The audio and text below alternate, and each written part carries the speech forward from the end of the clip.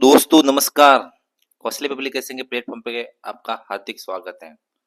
आज हम अधीनस्थ बोर्ड द्वारा आयोजित समान पात्रता परीक्षा सीईटी ग्रेजुएशन लेवल की हम आज 14वीं क्लास लेने जा रहे हैं, जिसका पेपर कोड है 131 बी। तो आज का पहला सवाल, निम्नलिखित में से कौन सा कर भारतीय संविधान की राज्य सूची के अंतर्गत आता है?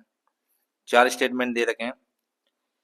पहला स्टाम्प शुल्क, दूसरा कस्टम शुल्क, तीसरा लग्जरी टैक्स और चौथा मनोरंजन टैक्स। तो जो स्टाम्प शुल्क है ये केंद्र विषय का है,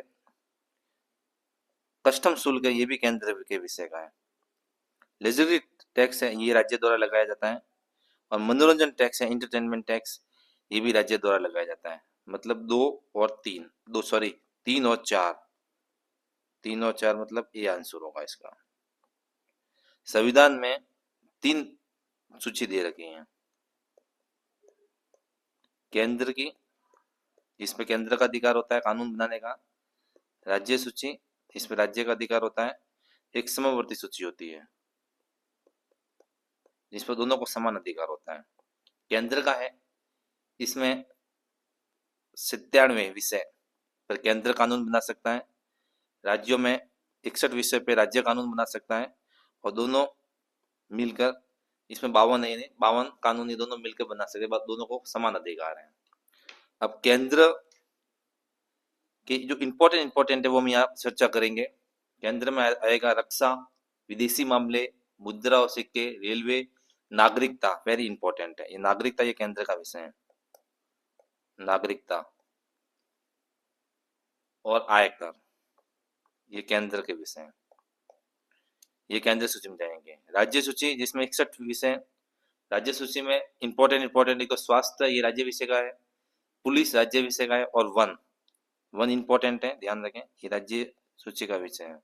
समवर्ती सूची इसमें 52 है और इसमें वेरी इंपॉर्टेंट है वो शिक्षा, शिक्षा समवर्ती सूची का विषय है और इस पर केंद्र और राज्य का दोनों का समान अधिकार होता है।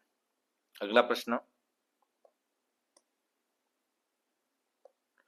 निम्नलिखित में से किसे ई कॉमर्स के 3 चरण नहीं माना जाता? ई कॉमर्स के 3 चरण है, कौन सा वो नहीं है? पुनः खोज ये है, ये ई कॉमर्स के अंतर्गत आता है। भूमंडलीकरण ये भी ई कॉमर्स के अंतर्गत आता है। व्यावसायीकरण ये भी ई कॉमर्स के अंतर्गत आता है। ये जो संरक्षण है ये ई कॉमर्स से संबंधित नहीं है। तो 3 चरण होते हैं, पुनः खोज, भूमंडलीकरण, व्यावसायीकरण ई कॉमर्स के। संरक्षण है, इसका मतलब होता है किसी वस्तु को उसके वर्तमान स्वरूप में सहेज कर रखना और उसे बदलने नहीं देना, ये मतलब होता है संरक्षण का। तो संरक्षण का यहाँ कोई संबंध नहीं है ई कॉमर्स से। अगला प्रश्न, 15वां वित्त आयोग की सिफारिश की कि राज्यों की वर्टिकल हिस्सेदारी, नहीं राज्यों की हिस्सेदारी कितनी होगी 15वें वित्त आयोग में? ये 2021-22 से 25-26 ये अवधि दे रखी है, ध्यान रखें आप, ये अवधियां दे रखी है 15वां वित्त आयोग की। तो ये है वो है 2021-22 से 25-26 41%, बी है वो 2020-21 से 24-25 42%, सी है 2018-19 से 22-23 40%, और डी है वो 2017-18 से 21-22 43%। तो इसका सही आंसर होगा 15वां वित्त आयोग है, उसकी जो अवधि है वो है 2021-22 से 25-26 और इसकी जो हिस्सेदारी है राज्यों को वो 41% है। वेरी वेरी इंपॉर्टेंट है, ध्यान रखना। ऐसा भी प्रश्न पूछा जा सकता है कि 15वें वित्त आयोग में राज्यों की हिस्सेदारी कितनी है, तो वह 41%। अब ये जो 15वां वित्त आयोग था इसके अध्यक्ष हैं वो है एन के सिंह, एन के सिंह, ये इंपॉर्टेंट है, ध्यान रखें, अध्यक्ष पूछा जा सकता है।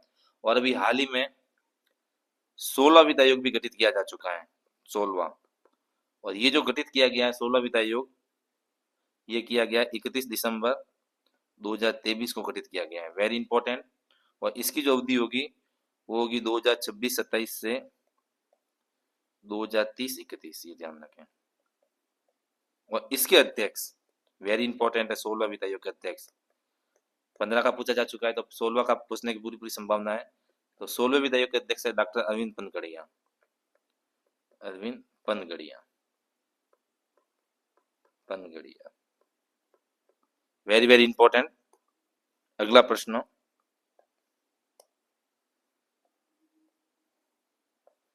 गेहूं दलहन पर राष्ट्रीय खाद्य सुरक्षा मिशन, वेरी इंपॉर्टेंट, काफी बार प्रश्न आ चुका है। गेहूं एवं दलहन पर राष्ट्रीय खाद्य सुरक्षा मिशन NFSM राजस्थान में किस वर्ष प्रारंभ किया गया? 2006-7, 2007-8, 2008-9 या 2009-10? तो ये जो राष्ट्रीय खाद्य सुरक्षा मिशन है, ये 2000 राजस्थान में जो शुरू किया गया वो 2007-8 में शुरू किया गया था, ये ध्यान रखें। और यदि भारत के संदर्भ में पूछ ले तो ये किया गया था 2005-6 में, क्या ध्यान रखें। और जो राष्ट्रीय खाद्य सुरक्षा मिशन है, ये जब शुरू किया गया उस समय इसमें दो वस्तुएं थी, गेहूं और दलहन, और इसका उद्देश्य था गेहूं और दलहन में के उत्पादन में वृद्धि करना। और इसमें जो केंद्र और राज्य का जो हिस्सेदारी है, केंद्र और राज्य की हिस्सेदारी है राष्ट्रीय खाद्य सुरक्षा मिशन में, वो है 60-40। 60% केंद्र का हिस्सा होगा और 40% राज्य का हिस्सा होगा। वर्तमान में इसमें मोटे अनाज शामिल किया गया है, कपास शामिल किया गया है, और पटसन और गन्ना और ऑयल पॉम, ये वस्तुएं, खाद्य वस्तुएं ये और शामिल की गई है। अगला प्रश्न सुमेलित करना है, काफी अच्छा प्रश्न है। एक तरफ उद्योग दे रखा है और एक तरफ उन उद्योगों का स्थान दे रखा है। तो Rajasthan state chemical works, Rajasthan state chemical जो वर्क है वो डीडवाना में, ध्यान रखें। हाईटेक ग्लास फैक्ट्री ये धौलपुर में, मेवाड़ शुगर मिल ये भोपाल सागर में, और जेके सीमेंट है वो निम्बाहेड़ा में। मतलब 1, 2, 3, 4 सी आंसर है, वेरी इंपॉर्टेंट। अगला प्रश्न राजस्थान जन आधार प्राधिकरण अधिनियम 2020 प्रभावी हुआ, मतलब कब लागू हुआ? ये ए 18 दिसंबर 2019, बी 3 मार्च 2020, सी 7 मई 2020, डी 31 दिसंबर 2020। तो जो ये राजस्थान जन आधार प्राधिकरण है, ये जो गठित प्रभावी हुआ था वो हुआ था 18 दिसंबर 2019। और ये जो अधिनियम है, इसका उद्देश्य है राजस्थान राज्य में रहने वाले व्यक्ति को लोक रथ और सेवाओं के कुशल ध्येय और लक्ष्य वितरण के उपाय का प्रावधान करता है, ये ध्यान रखें। अगला प्रश्न राजस्थान में प्रमुख सरसों उत्पादक जिलों का सही क्रम है, मतलब सरसों का उत्पादन राजस्थान में कौन से जिलों में होता है? ए अजमेर नागौर, बी बीकानेर जैसलमेर, सी अलवर जयपुर, डी करौली सवाई माधोपुर। तो जो सर्वाधिक सरसों उत्पादन होता है वो होता है अलवर और जयपुर, ये ध्यान रखें। और सरसों से संबंधित हैं वो सरसों अनुसंधान केंद्र है, राष्ट्रीय सरसों अनुसंधान केंद्र, ये सरसों से संबंधित है। और इसकी जो स्थापना है वेरी इंपॉर्टेंट है, 2 अक्टूबर 1993 को की गई, 1993 को। और ये स्थित है, काफी बार प्रश्न इसके बारे में पूछा जा चुका है, सेवर भरतपुर में स्थित है, राष्ट्रीय सरसों अनुसंधान केंद्र सेवर भरतपुर। और ये था इसके बारे में जानकारी। इसके अलावा अलवर और जयपुर के अलावा सरसों उत्पादक हैं वो एक तो डी, यहाँ पर भी सरसों का उत्पादन होता है, करौली सरसों उत्पादक जिला, अलवर सरसों उत्पादक जिला, और सवाई माधोपुर ये भी सरसों उत्पादक जिले हैं। तो ये थे सरसों उत्पादक जिले। इसके अलावा अगला प्रश्न राजस्थान के सकल घरेलू मूल्यवर्धन, राजस्थान के सकल घरेलू मूल्यवर्धन के आधार पर 2011-12 कीमतों पर, मतलब स्थिर कीमतों पर पूछ रहा है, 2021-22 में अग्रिम अनुमान कृषि और संबद्ध क्षेत्र का योगदान कितना रहा? तो ये जो है ये आर्थिक समीक्षा से संबंधित प्रश्न, ये ध्यान रखें। आर्थिक समीक्षा से संबंधित प्रश्नों का हमने एक वीडियो भी डाला हुआ है, वो हमारा वीडियो जरूर देखें, ताकि आर्थिक समीक्षा से संबंधित जितने भी प्रश्न होंगे वो आपके गलत होने की संभावना कम होगी। शानदार वीडियो डाला है हमने। ए 26.14, बी 30.45, डी सी 26.3 4 और डी 28.85। तो इसका आंसर जो है उस समय का 2021-22 में जो कृषि और संवर्धन का योगदान था राज्य की जीडीपी में, वो था 28.85। अब अपन को ध्यान रखना है वर्तमान जो 2023-24 में जो आर्थिक समीक्षा जारी की गई है राज्य सरकार में, उसका ध्यान रखना है। दोनों का ध्यान रखेंगे, स्थिर मूल्य और प्रचलित मूल्य। पहले कृषि, तो कृषि है उसका योगदान 23-24 में स्थिर मूल्य पर 26.21% और प्रचलित मूल्य पर 26.72%। उद्योग, इसका जो योगदान है वो स्थिर मूल्य पर 29.84% और प्रचलित मूल्य पर 28.21% रहा। सेवा क्षेत्र, इसका योगदान है वो 43.95% स्थिर मूल्य पर और प्रचलित मूल्य पर रहा 45.07%। ये वेरी वेरी इंपॉर्टेंट है, यहाँ से आपको एक प्रश्न जरूर देखने को मिलेगा, तो आप इसको इस डेटा को जरूर याद रखें। अगला प्रश्न, राजस्थान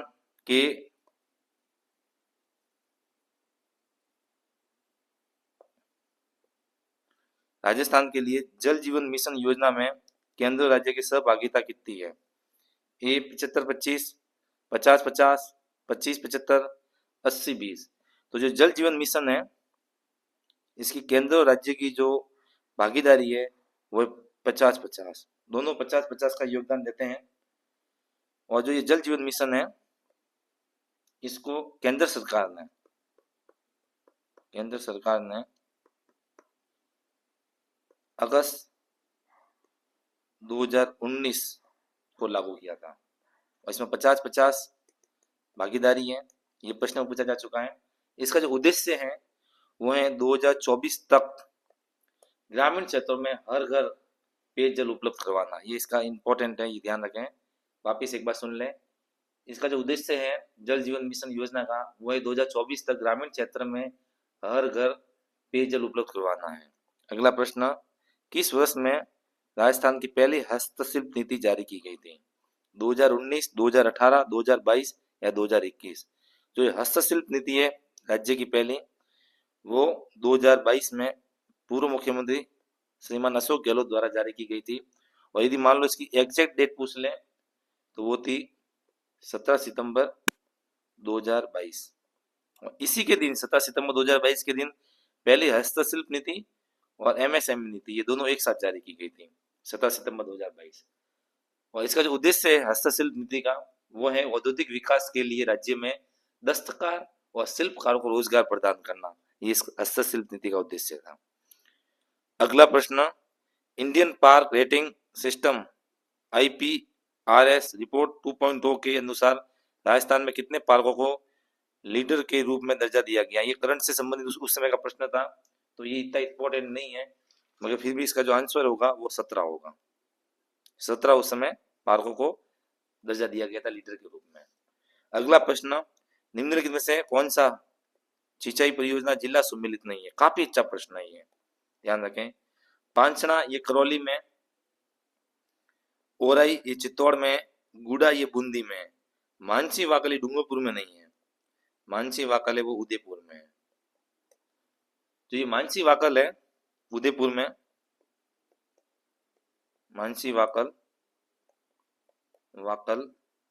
ये जो उदयपुर में है, इसमें एक इंपॉर्टेंट फैक्ट ये है कि ये जो परियोजना है पेयजल की, इसमें उदयपुर को तो 70% पानी मिलता है, ध्यान रखें आप, पेयजल के लिए। और बाकी का जो 30% है वो हिंदुस्तान जिंक लिमिटेड को मिलता है। हिंदुस्तान जिंक लिमिटेड, ये ध्यान रखें आप, काफी इंपॉर्टेंट है। और इसमें जो पानी आता है मानसी वाकल में, वो एक सुरंग बनाई गई है और सुरंग का भी काफी इंपॉर्टेंट फैक्ट है इससे संबंधित। वो सुरंग है वो देवास परियोजना के तहत 1973 में ये सुरंग बनाई गई थी। और ये जो सुरंग की लंबाई है वो 2.1 किलोमीटर, ये भी ध्यान रखें आप, 2.1 किलोमीटर जो सुरंग है वो देवास परियोजना के अंतर्गत 1973 में बनाई गई थी और उसी सुरंग से इस मानसी वाकल बांध में जो है वो पानी आता है और ये उदयपुर से संबंधित है। तो ये थी हमारी आज की क्लास। उम्मीद करते हैं ये क्लास आपको बहुत अच्छी लगी होगी। यदि हमारी क्लास अच्छी लगे तो हमारे चैनल को सब्सक्राइब करें और हमारे